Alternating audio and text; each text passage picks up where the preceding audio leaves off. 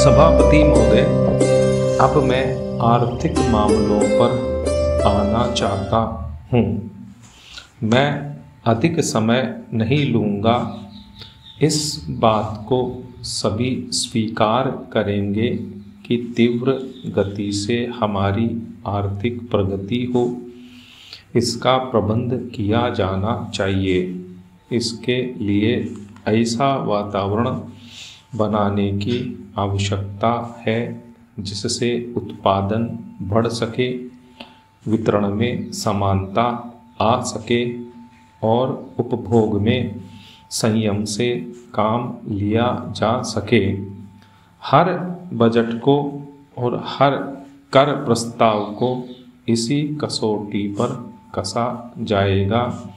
यथा क्या उससे उत्पादन बढ़ता है, क्या वितरण में समानता आती है, और तीसरी बात यह कि क्या हम देश में ऐसा वातावरण बना सकते हैं कि लोग जितना कमाते हैं उतना खर्च न करें, उसमें से बचाएं और उसे राष्ट्र की समृद्धि में लगाएं। अगर इस कसौटी पर सरकार की आर्थिक नीतियां कसी जाएं तो मुझे लगता है कि उनमें पर्याप्त सुधार की गुंजाइश है। मैं वित्त मंत्री की कठिनाई को समझ सकता हूँ। विकास की आवश्यकता अधिक धन की मांग करती है। राज्य सरकारें अधिक कर लगाने के लिए तैयार नहीं हैं। वे केंद्र से कर्जा लेकर अपना काम चलाना चाहती हैं। वहाँ कोई वित्तीय अनुशासन नहीं है। यह सारा बोझ केंद्र को उठाना पड़ेगा और केंद्रीय सरकार कठिनाई में पड़ेगी। इसलिए मैं समझता और सुझाव को दोहराना चाहता हूँ कि राज्यों को इस संबंध में निर्देश दिया जाना चाहिए। संविधान के अंतर्गत केंद्र इन राज्यों को निर्देश दे सकता है कि वह अपने साधनों के अंतर्गत अपने खर्च को चलाए, केंद्र के कर्ज पर निर्भर नहीं रहना चाहिए।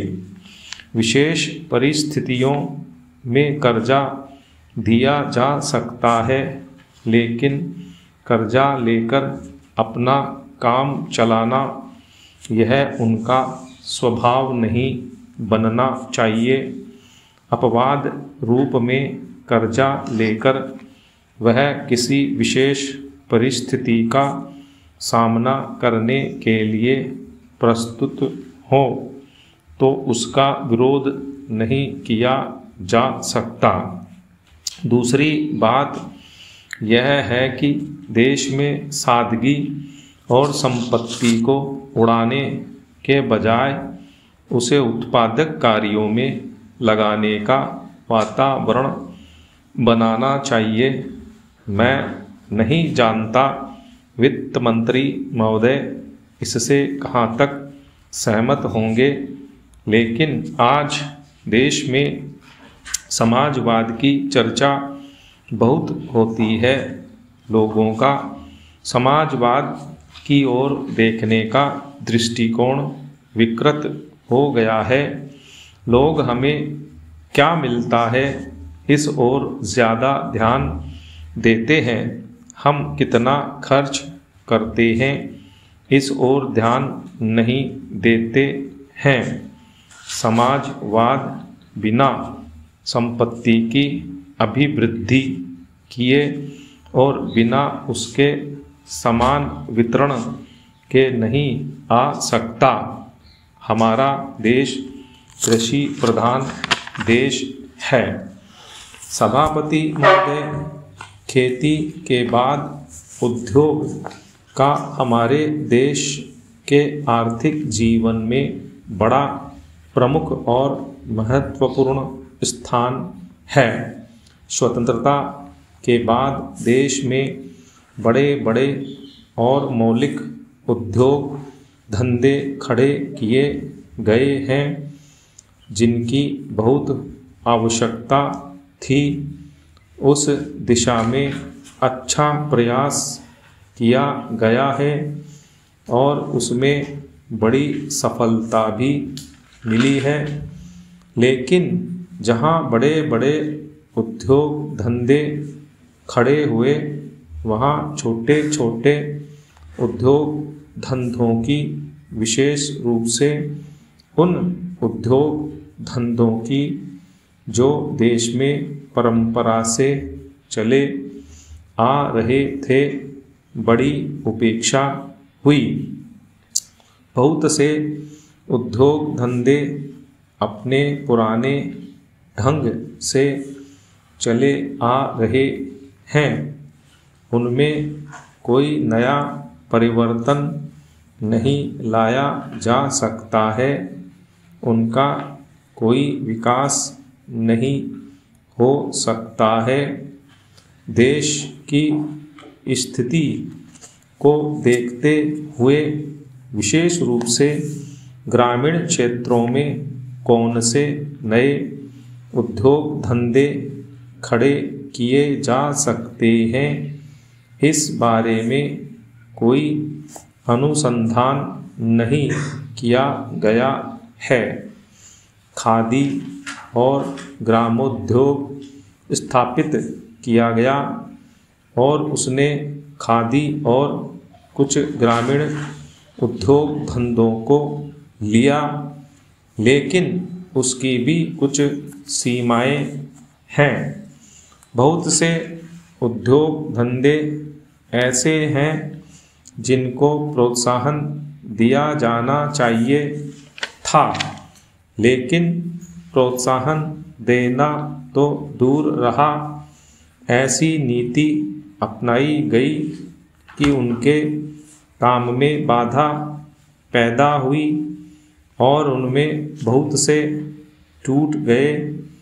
इसका परिणाम यह हुआ है कि एक तरफ तो हमने दिखाने के लिए बड़े बड़े कल कारखाने खड़े किए हैं, लेकिन दूसरी तरफ बेकारों की संख्या बढ़ती गई है। आज यह समस्या एक भीषण रूप में हमारे सामने आई है। यदि हम छोटे छोटे उद्योग धंधों को, विशेष रूप से कृषि से संबंधित उद्योग धंधों को बड़े बड़े शहरों में नहीं, दूर दूर ग्रामीण क्षेत्रों में नहीं फैलाते हैं, तो इसके दो दुष्परिणाम होंगे। एक तो उद्योगों का केंद्रीकरण होगा, दूसरे शहरों की जनसंख्या बढ़ेगी, जिससे अनेक जटिल समस्याएं पैदा होंगी। इससे हर एक आदमी को काम नहीं मिलेगा और हमारे जो पुराने उद्योग धंधे जीवन से संबंधित सामग्रियां तैयार करते हैं, उन पर बुरा प्रभाव पड़ेगा।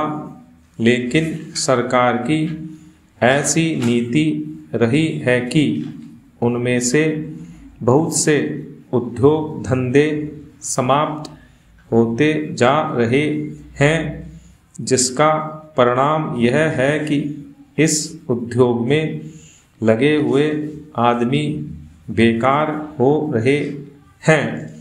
मैं चाहूँगा कि सरकार ऐसे उद्योग धंधों को अधिक प्रोत्साहन देने का प्रयत्न करे। इस प्रयत्न के लिए हम इस मौके पर सरकार का समर्थन देशभक्ति की भावनाओं से करते हैं।